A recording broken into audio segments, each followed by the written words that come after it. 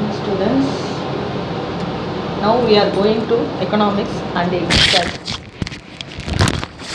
So எக்கனாமினா என்ன அப்படிங்கிறத பற்றி பார்க்கலாம். அதாவது எக்கனாமிக்ஸ்னால் என்னென்னா, ஸோ எக்கனாமினால என்ன அப்படிங்கும்போது கார்மென்ஷியல் should be very efficiently. The government should be very efficient allocation of available resources, okay, on the sustainable basis. So என்ன சொல்கிறாங்க அப்படின்னா, efficient allocation of maximum resource. நம்மக்கிட்ட இருக்கக்கூடிய நேச்சுரல் ரிசோர்ஸஸை எஃபிஷியண்ட்டாக அலோகேட் பண்ணணும். அதாவது இன்றைக்கி மட்டும் யூஸ் பண்ணிட்டா போதும், நாளைக்கு வர சந்ததியினருக்கு வேண்டாம், அப்படி கிடையாது. நம்மக்கிட்ட இருக்கக்கூடிய நேச்சுரல் ரிசோர்ஸஸை நம்ம பாதுகாத்து வைக்கணும், நெக்ஸ்ட்டு ஜென்ரேஷனுக்கு விட்டு கொடுத்து போகணும். ஸோ அந்தளவுக்கு அலோகேட் பண்ணணும். அந்த அலோகேஷன் வந்து எப்படி இருக்கும் அப்படின்னா, maximum welfare to the people, மக்களுக்காக மேக்ஸிமமாக ஒரு வெல்ஃபேராக இருக்கணும். அப்படி இருக்கிறதுக்கு பேர் தான் ஒரு எக்கானமியாக இருக்க முடியும் அப்படின்றத சொல்கிறாங்க. So efficient allocation of natural resources for getting a maximum welfare of a people அப்படின்னு வச்சுக்கோ. There are two types of economics. One is micro economics and another one is macro economics.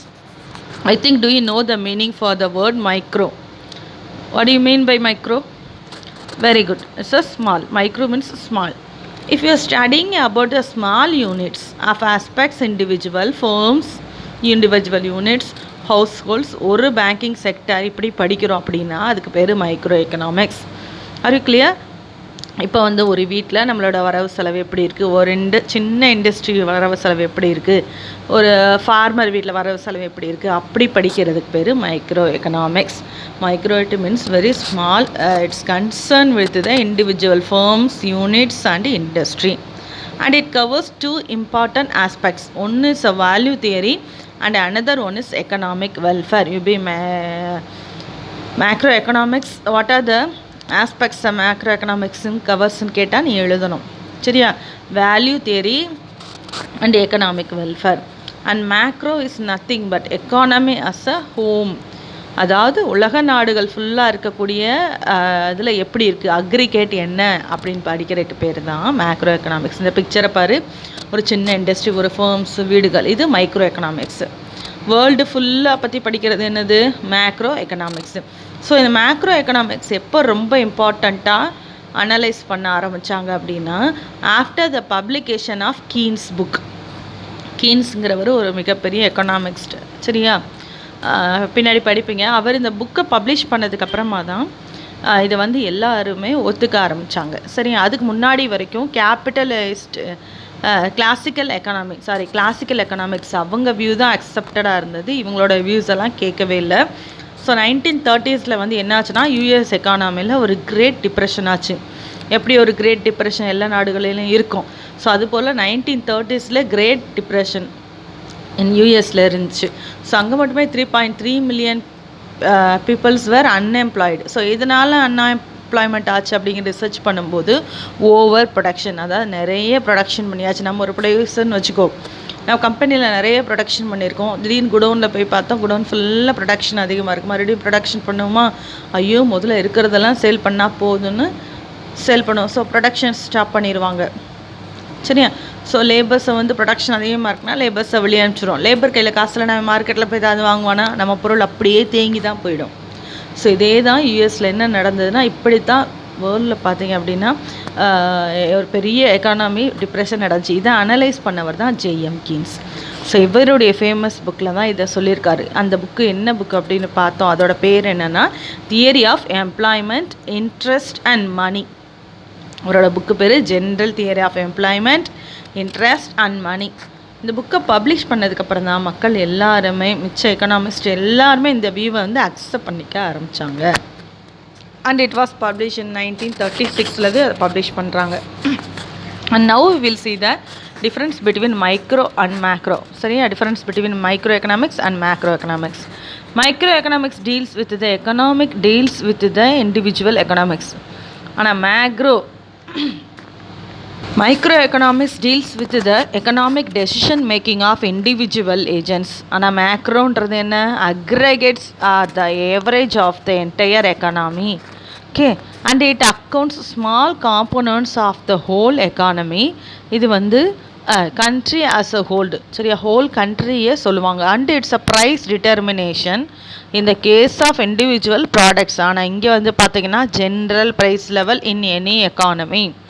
So micro theory is known as a price theory, but macro economics is known as income theory. 1 மார்க்கில் கேட்கலாம். Price theory is also called micro, income theory is called macro economics.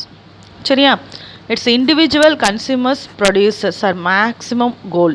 So maximum goal is growth of the entire economy. So நம்ம entire எக்கானமியோடைய growth இருக்கணுங்கிறது தான் next difference. Okay. And next important concept international economics, public economics, environmental economics. இது எல்லாமே ஆக்சுவலாக ஒரு பெரிய பெரிய சப்ஜெக்ட். இதில் சின்னதாக என்ன விஷயம் அந்த புக்கில் என்ன இருக்குன்றதை பற்றி கொடுத்துருக்காங்க. இன்டர்நேஷ்னல் எக்கனாமிக்ஸ், இன்டர்நேஷ்னல் அப்படின்னாலே தெரியும் உலகளாவிய அளவில், சரியா. Trade is taking between 2 or more countries. ஒரு கண்ட்ரி தன்னை போல் தானாகவே க்ரோ ஆக முடியாது. We have to depend on other countries for our growth. நம்ம கண்ட்ரியில் நம்ம எல்லாமே ப்ரொடக்ஷன் பண்ணிப்போம், சரியா. அப்படி ஐசோலேஷனாக இருக்க முடியுமா? முடியாது. சிலது வந்து நம்ம நாட்டில் கிடைக்காது. ஸோ அதெல்லாம் என்ன பண்ணுவோம்? இம்போர்ட் பண்ணிக்குவோம், இல்லையா. அப்போது இது போல் 2 கண்ட்ரிஸ்குள்ள ரிலேஷன்ஷிப் என்ன அப்படிங்கிறத பற்றி படிக்கிறது international economics. Foreign direct investment இப்போ நிறைய மோடிஜி கூட சொல்லியிருப்பார், கொரோனாவுக்கு வெளிநாடுகளிலேருந்து நிறைய ஃபாரின் டைரக்ட் இன்வெஸ்ட்மெண்ட்டுக்கு நாங்கள் அழைச்சிருக்கோம், நிறைய பேர் வராங்கலாம் சொல்லுவாங்களே. It is international economics. Next one public economics. பப்ளிக் எக்கனாமிக்ஸ்னால் என்னென்னா income and expenditure of government authorities with adjustment of one another. So கவர்மெண்ட்டுக்கு என்ன இன்கம், ஸோ என்ன எக்ஸ்பெண்டிச்சர் இருக்குது, how they are managing these, that is we are going to learn in public economics. This public economics cover the 5 important aspects. One is the public expenditure, public revenue, public debt, financial administration and federal finance. Next one developmental economics. Developmentalனு சொல்லும் போதே all the countries has been classified into 3 headings. So முக்கியமாக உலக நாடுகளையே மொத்தம் 3ஆக பிரிச்சிருக்கிறாங்க. என்னென்ன அப்படின்னு பார்க்கும்போது, ஒன்று developed countries வளர்ந்த நாடுகள், அடுத்தது டெவலப்பிங் கண்ட்ரிஸ் வளரும் நாடுகள், அண்டர் டெவலப்டு கண்ட்ரிஸ் இன்னும் கீழ்நிலையில் இருக்கக்கூடிய நாடுகள். சரி, நம்ம எந்த ஸ்டேஜில் இருக்கோம் அப்படின்னா டெவலப்பிங் கண்ட்ரிஸ் வளர்ந்து கொண்டிருக்க நாடுகள். ஸோ இதை எப்படி கால்குலேட் பண்ணுறாங்க? இவங்களாம் வளர்ந்தவங்க, இவங்களாம் வளராத நாடுகள். எப்படி we can identify that it is based on the criteria of per capita income. ஒரு தனி மனிதனுடைய வருமானம் என்ன, அதை வச்சு தான் ஹியூமன் டெவலப்மெண்ட் இண்டெக்ஸை வச்சு தான் கால்குலேட் பண்ணுறாங்க. So how they are classified the countries? It's based on the per capita income in human development index. And next one is health economics. வெறும் நம்ம நாட்டில் என்னென்ன ப்ரொடக்ஷன் பண்ணுறாங்க, எவ்வளோ எக்ஸ்போர்ட் பண்ணுறாங்க, கவர்மெண்ட் எப்படி ரன் பண்ணுது, இதை மட்டுமே கான்சன்ட்ரேட் பண்ண மாட்டாங்க. வி ஹேவிங் அனதர் ஆஸ்பெக்ட்ஸ், சரியா. ஹெல்த் இண்டிகேட் இது போல் சுச்சுவேஷனில் பார்த்தீங்கன்னா கவர்மெண்ட் என்ன அழகாக ஒர்க் பண்ணிகிட்ருக்காங்கன்னு நம்மளுக்கு தெரியும். ஸோ வர்றதுக்கு முதல்லையே வந்துட்டு எல்லாமே ப்ரிவென்டிவ் எடுத்தாச்சு. Country prime minister, chief minister வரைக்கும் எல்லாருமே என்ன பண்ணணும் அப்படிங்கிறத அவ்வளோ அழகாக வந்து நமக்கு வந்து கிளியர் கட்டாக சொல்லியிருந்தாங்க, சரியா. ஸோ அப்படி கொஞ்சம் கொஞ்சமாக அதோடு அப்படியே ஸ்டாப் பண்ணியே நம்மளால் கொண்டு போயிட்டுருக்கும்போது ஒரு 6 month ஆயிடுச்சு பாரு. ஸோ அப்படியே போயிட்டுருக்க முடியுமா? முடியாது. எக்கனாமியே வந்து கோ டவுன் ஆயிரும். ஸோ அதனால் என்ன பண்ணுறாங்க, கொஞ்சமாக ரிலாக்ஸேஷன் பண்ணி அதிலேருந்து மீண்டு வர்றதுக்காக கவர்மெண்ட் நிறைய ஸ்டெப்ஸ் எடுக்குது. ஸோ இப்போ நிறைய மெடிக்கல் ரிசர்ச்சுக்கும் அவங்க கொடுத்துருக்காங்க. ஸோ அதே போல் பார்த்தீங்கன்னா நிறைய குழந்தைகளை எல்லாம் வந்துட்டு குப்பை தொட்டிலெல்லாம் போட்டு போகிறது. ஸோ அதனால் கிராடல் பேபி சிஸ்டம், தொட்டில் குழந்தை திட்டம். அப்போ பெண் குழந்தைங்களாக இருந்தாங்கன்னா அவங்க அக்கௌண்ட்டில் பணம் போடுறது, பெட்டர்னிட்டி, சைல்டு ஹெல்த்துன்னு சொல்லிட்டு government is given more important. So இந்த ஆஸ்பெக்டை பற்றி படிக்கிறது, இந்த டாப்பிக்கில் படிப்போம் அப்படின்னா ஹெல்த் எக்கனாமிக்ஸ், சரியா. ஸோ இதெல்லாம் எந்த எக்கனாமிக்ஸில் படிப்போம்? Health economics. So next one is environmental economics. Environmental economics is nothing but எப்படி இது அஃபெக்ட் ஆச்சு இந்த கொரோனா வந்ததில் ஒரே ஒரு நன்மை என்ன, கொஞ்சம் நாடே சுத்தமான மாதிரி ஆயிடுச்சு. ஸோ நிறைய வண்டியெல்லாம் கொஞ்சம் ஸ்டாப் ஆச்சு ஒரு 2 monthsக்கு. எதுவும் ஃபுல்லாக லாக்டவுன் போட்டனால அப்போ காற்று மாசு கொஞ்சம் குறைஞ்சது, மழை கொஞ்சம் ஜாஸ்தியாக வர ஆரம்பிச்சிருச்சு. ஸோ இது போல் இருக்கக்கூடிய என்விரான்மெண்டல் பற்றி படிக்கிறது environmental economics. That is interdisciplinary to the rules of problem of ecology and economy and environment. Okay, these are the various subjects. எல்லாமே ஒரு மாசான சப்ஜெக்ட்டு. அதில் என்னென்ன இருக்குன்றது இப்போ கொடுத்துருக்காங்க. ஓகே, ஸோ எக்கனாமிக்ஸ்னால் என்னென்னு பார்த்தோம். It is the maximum welfare for the people, available natural resources. Two types of economics, micro and macro, differences, various kinds of economics பார்த்தோம். சரியாப்பா, அடுத்த டாபிக் பார்ப்போம். நெக்ஸ்ட் நம்ம பார்க்க போகிறது பேசிக் எக்கனாமிக் ப்ராப்ளம்ஸ். சரியா, on this in lesson we have to see about the microeconomics. introduction படிச்சிருக்கோம் and microeconomics types படித்தோம். now we are going to see the topic is economic problems. சரியா, ப்ராப்ளம்ஸ் அப்படின்னா அப்படின்னு சொல்லும் போதே எந்த பொருள் இல்லையோ அதில் தான் நம்மளுக்கு என்ன ஆகும் அப்படின்னா ப்ராப்ளம்ஸ் அரைஸ் ஆகும். சரியா, நிறைய எந்த பொருள் இல்லையோ அப்போ தான் ப்ராப்ளம் அதிகமாகும். ஸோ அப்போ சோர்ஸஸ் வந்து நம்ம கண்ட்ரியில் இருக்கக்கூடிய ரிசோர்ஸஸ் வந்து அபேண்டன்ட், அதாவது இருப்பு அதிகமாக இருந்துச்சுன்னு சொன்னால் நமக்கு எந்த பிரச்சனையும் வராது. நம்மளோட வான்ஸ் என்னவோ அதுக்கு தகுந்த மாதிரி நம்ம ப்ரொடக்ஷன் பண்ணிக்கிட்டே இருப்போம். So there no would be any economic problems arises if the scarcity the resources are scarce, பற்றாக்குறை இருக்குது, வளப்பற்றாக்குறை இருந்துச்சுன்னு சொன்னால் எல்லா ப்ராப்ளமும் என்ன செய்யும், அரைஸ் ஆகும், நிறைய எழும்பும். சரியா, நேச்சுரல் ரிசோர்ஸஸ் நிறைய இருக்குன்னா நம்மளுடைய தேவைகளும் குறைவாக இருக்குது அப்படின்னா ப்ராப்ளம் இல்லை. ஆனால் ரியாலிட்டியில் அப்படி இருக்கா, கிடையாது. ரிசோர்ஸஸ் குறைவாக இருக்குது, அதாவது வளங்கள் குறைவாக இருக்குது, நம்ம தேவைகள் அதிகமாகிக்கிட்டே தான் இருக்குது. So the economic problem will be arising.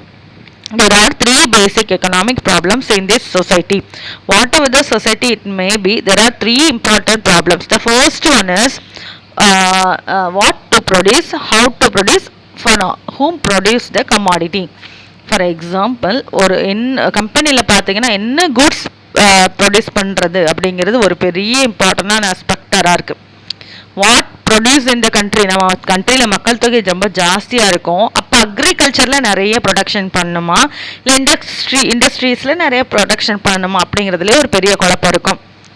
சரியா, ஸோ இந்த சமயத்தில் பார்த்தீங்க அப்படின்னா இப்போ what to produce in the economy, it should be decided by the government. That is what the most and important economic problems. So and next problem is how to produce a commodity. So we are deciding that so the government is deciding the produce only agricultural commodity than the satellites. Okay, அது மட்டும் production பண்ணலான்னு நினச்சிக்கிறாங்க agriculture. So how we are producing these goods and services, so இது எப்படி நம்ம production பண்ண போகிறோம். So they are using labors and they are using the capital technology. லேபர்ஸை வச்சு நம்ம நிறைய ப்ரொடக்ஷன் பண்ணுறோமா, இல்லை மிஷினரியை வச்சு நிறைய ப்ரொடக்ஷன் பண்ணோமா, எப்படி அதை ப்ரொடக்ஷன் பண்ணுறது, how we are the production the goods and service, we have to decide. சரியா, like our country we are labour abundant country. So இந்த சமயத்தில் இந்த மாதிரியான இருக்க கண்ட்ரியில் போய் நம்ம நிறைய டெக்னாலஜி, அதாவது கேபிட்டல் இன்வால்வ் பண்ணி ஒரு மிஷினரியை ப்ரொடக்ஷன் பண்ணுற மாதிரி வச்சோன்னா நிறைய அன்எம்ப்ளாய்மெண்ட் வில் பி கிரியேட்டட். சரி, இப்போ நிறைய லேபர்ஸ் இருக்க சமயத்தில் ஒரு 100 பேர் செய்ய வேண்டிய வேலை ஒரு மிஷினே செய்யுதுன்னா அந்த மிஷினை போட்டு வேலை செஞ்சிடும். அந்த 100 பேருக்கு வேலை இல்லாமல் போயிருமா? இப்போ நம்ம மாதிரி கண்ட்ரியில் எப்படி சூஸ் பண்ணணும், லேபர்ஸை கேபிட்டலாக, ஸோ லேபர்ஸ் தான் யூஸ் பண்ணணும். So how to produce the commodity way they are using a labour intense of technology or capital intense of technology. And another important problems for whom we are producing a goods and services. So யாருக்காக அந்த பொருளை தயாரிக்கிறோம், that is what the next important problem.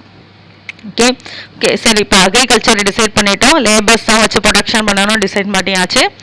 So இந்த பொருளை யாருக்காக நம்ம production பண்ணுறோம், so whether the middle class பர்சன்ஸ்க்காக சிட்டிசனுக்காக ப்ரொடக்ஷன் பண்ணணுமா, இல்லைன்னா லக்ஸரியஸ் பீப்புளுக்காக நம்ம வந்து அதை ப்ரொடக்ஷன் பண்ணுறோமா. ஸோ அப்படிங்கிறத we are deciding. For whom we are producing in a commodity that we have to be decided. Better example you can take after your graduation if you started doing a business. First thing you have to decide the what to produce in the company. We have to decide. So எப்படி நீ அதை decide பண்ணுவ, எந்த பொருளை production பண்ணால் நமக்கு லாபம் ஜாஸ்தியாக இருக்கோ அதை தான் நம்ம ப்ரொடக்ஷன் பண்ணுவோம் இல்லையா. இது கண்ட்ரிக்கு நல்லதுன்னு சொல்லிட்டு ஒரு லாபம் இல்லாத பொருளை வந்து நம்மளால் ப்ரொடக்ஷன் பண்ண மாட்டோம், அப்படி தானே. ஸோ அப்போ எப்படி டிசைட் பண்ணுவோம் உன்னோட கம்பெனியில் என்ன குட்ஸ் ப்ரொடக்ஷன் பண்ணலாம், எதை பண்ணால் நிறைய சேல்ஸ் ஆகும், எதை பார்த்தா நம்மளுக்கு லாபம் ப்ராஃபிட் அதிகமாக வரும், அதை தான் ப்ரொடக்ஷன் பண்ணுவோம். So second one how to production the commodity. இப்போ நம்ம வீட்டில் இனிஷியலாக ஸ்டார்ட் பண்ணுறோம். இப்போ வீட்டில் இருக்கிற ஒரு 4-5 பேர் இருக்காங்கன்னா எல்லாரும் சேர்ந்து ஆரம்பத்தில் வேலை செய்வோம், அப்புறம் லேபர்ஸை வச்சுப்போம். ஸோ அப்படி ஒரு தாட் தானே இருக்கும் நமக்கு. How to produce a commodity, நம்ம லேபர்ஸே நம்ம வீட்டாட்களே வச்சுக்கிறோமா இல்லை வேலைக்கு ஹையர் பண்ணிக்கிறோமா லேபர்ஸ், அதை நம்ம டிசைட் பண்ணணும். இட் டிபெண்ட்ஸ் அப்பான் அவர் நம்மளுடைய எந்த அளவுக்கு இன்வெஸ்ட் பண்ணுறோமோ அதை பொறுத்து நம்ம அதை டிசைட் பண்ணணும். And for whom we are producing a commodity. For example we have to produce the toys. So அந்த டாய்ஸ் ஒரு கார் கம்பெனி, ஒரு ரிமோட் கார் மாதிரியான ஒரு கம்பெனி நம்ம ஸ்டார்ட் பண்ணுறோன்னு வச்சுக்கோ. ஸோ அந்த பொருள் வந்து நீ இப்போ ஒரு 2000க்கு மேலே தான் அந்த பொருளெல்லாம் கிடைக்கும்னா அந்த 2000 ருபீஸ்க்கு வாங்குகிற பர்சன்ஸ் எத்தனை பேர் இருக்காங்க. ஸோ அதே பொருள் ஒரு 200லேருந்து 300க்குள்ளே நம்மளால் ப்ரொடக்ஷன் பண்ண முடியும்னா அந்த 300 ருபீஸ்க்கு எத்தனை கஸ்டமர்ஸ் நம்மகிட்ட வாங்குறாங்க, 2000 ருபீஸ்க்கு எத்தனை கஸ்டமர் வாங்குவாங்க. அப்போ ரெண்டுத்தையும் தான் நம்ம டிசைட் பண்ணணும் இல்லையா. ஸோ யாருக்காக ப்ரொடக்ஷன் பண்ணுறோம், சரியானவங்களுக்கு ப்ரொடக்ஷன் பண்ணுறோமா, மிடில் கிளாஸ்க்கு நம்ம ப்ரொடக்ஷன் பண்ணுறோமாங்கிறத நம்ம டிசைட் பண்ணணும். எந்த யாருக்காக நீ அதை ப்ரொடக்ஷன் பண்ணுவேன், வெரி குட், மிடில் கிளாஸ்க்காக தான். ஏன்னா more number of middle class persons தான் நம்மளுடைய நாட்டில் இருக்காங்க. ஸோ 2000 ரூபாய்க்கு நீ 4 பொருள் விற்கிறதும் 200 ரூபாய்க்கு நீ 300 பொருள் விற்றாலே உனக்கு லாபம் ஜாஸ்தியாக கிடச்சிரும் இல்லையா. So these are the 3 basic economics problems in the society. So what to produce, how to produce, for whom to produce. These creates should be remember whatever countries it may be, whether it is a capitalized country or a socialist country. Okay, every country will face these 3 problems only. Okay, what are those 3 problems? What to produce, how to produce, and for whom to produce. Okay va. The topic நம்ம என்ன பார்க்கணும்னா how these economics problems will be solved by this production possibility curve. How this production possibility curve will help us to decide or solve these basic problems. So you just remember if the economy has abundant resources, there would not be any economic problem will be arise. If there is resources are scarce and our wants are numerous, these problems will be arise. Okay, அடுத்தது நம்ம பார்க்க போகிறது production possibility curve. இந்த actually this production possibility curve is the menu of choice along with the society can choose substitute one good for another goods. Okay, இப்போ நம்ம last கிளாஸில் பார்த்தோம் scares resources இருக்குனால எப்படி ப்ரொடக்ஷன் பண்ணுறது, என்ன ப்ரொடக்ஷன் பண்ணுறது, யாருக்காக ப்ரொடக்ஷன் பண்ணுறதுன்னு பார்த்தோம். ஸோ இந்த ஒரு கமாடிட்டி இல்லைன்னா அதர் சப்ஸ்டியூட் கமாடிட்டிஸ் என்ன ப்ரொடக்ஷன் பண்ணலாம் with a given technology and resources. நம்ம கிட்ட இருக்க நேச்சுரல் ரிசோர்ஸஸ் வச்சு டெக்னாலஜி வச்சு ஒரு பொருள் நமக்கு கிடைக்கல. ஸோ அதுக்கு பதிலாக சப்ஸ்டிடியூட்டாக இன்னொரு குட்ஸ் எப்படி நம்ம ப்ரொடக்ஷன் பண்ணலாங்கிறது தான் நம்ம இந்த ப்ரொடக்ஷன் பாசிபிலிட்டி கர்வ்ல பார்க்க போகிறோம். Okay, so how a society can choose to substitute one goods for another goods, and this theory is based on certain assumptions.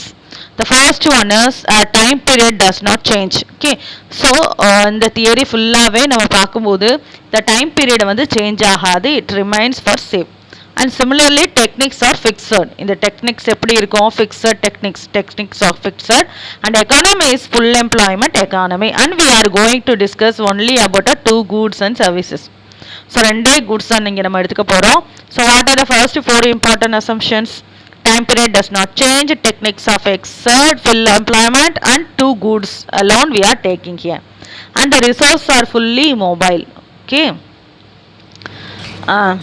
and it's a mobile one, and the factors of production are given in quantity and quality. Quantity இருக்கணும், quality இருக்கணும் ஒரு பொருள்ல. சரி, அந்த next one is law of diminishing returns operates in production. Okay, this laws of next lesson அந்த laws of diminution பார்ப்போம். இப்போ பாரு, some of these assumption are changes, it's affection of natural production. Okay, இந்த assumption பார்த்தாலே அந்த அசம்ஷனில் ஏதாவது ஒரு changes இருந்ததுன்னா this production possibility curve will be affecting.